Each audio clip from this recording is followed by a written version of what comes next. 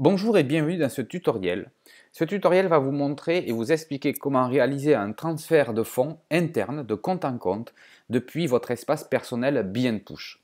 Lorsque vous êtes connecté sur votre page d'accueil, à partir du menu de gauche, vous allez cliquer sur e-wallet.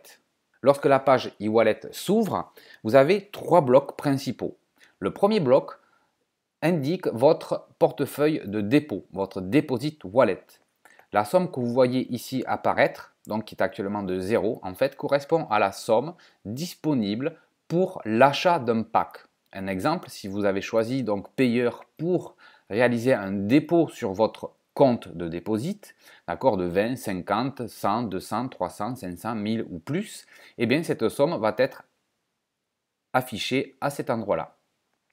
La somme que vous voyez apparaître dessous, 1280, correspond en fait à la totalité de vos packs actifs. Pour réaliser donc un transfert interne, qui est le sujet de ce tutoriel, vous allez vous concentrer sur le bloc du centre, Transfer Funds. Vous cliquez sur Transfer Request, vous allez voir apparaître une fenêtre donc au centre. Inscrivez le nom d'utilisateur vers lequel vous souhaitez envoyer de l'argent. Cliquez ensuite sur Next.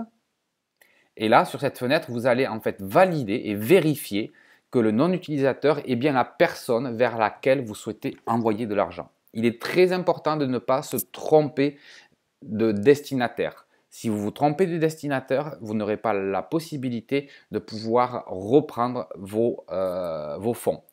Donc, si vous êtes certain d'avoir le bon utilisateur, il vous suffit simplement de positionner votre souris sur l'utilisateur et voir apparaître en surbrillance donc cette partie jaune.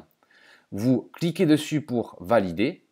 Vous allez arriver à cette étape-là en indiquant donc le montant que vous avez ici disponible dans votre portefeuille de dépôt, votre deposit, donc actuellement de 0, et le montant disponible sur votre portefeuille de paiement. D'accord, qui est le portefeuille qui vous permet de pouvoir ensuite sortir l'argent et qui fera l'objet d'un tutoriel à part. Indiquez la somme que vous souhaitez virer. Cliquez ensuite sur le bouton Next.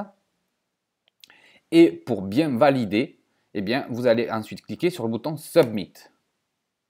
Voilà, cette opération est faite. Pour être certain que l'argent est bien parti, vous pouvez vérifier dans l'historique en allant dans Summary et aller choisir donc Withdraw History, l'avant-dernier lien sur votre gauche. Et vous allez bien voir apparaître, d'accord, sur la ligne ici que je mets en surbrillance, eh bien, le dépôt que nous venons de réaliser.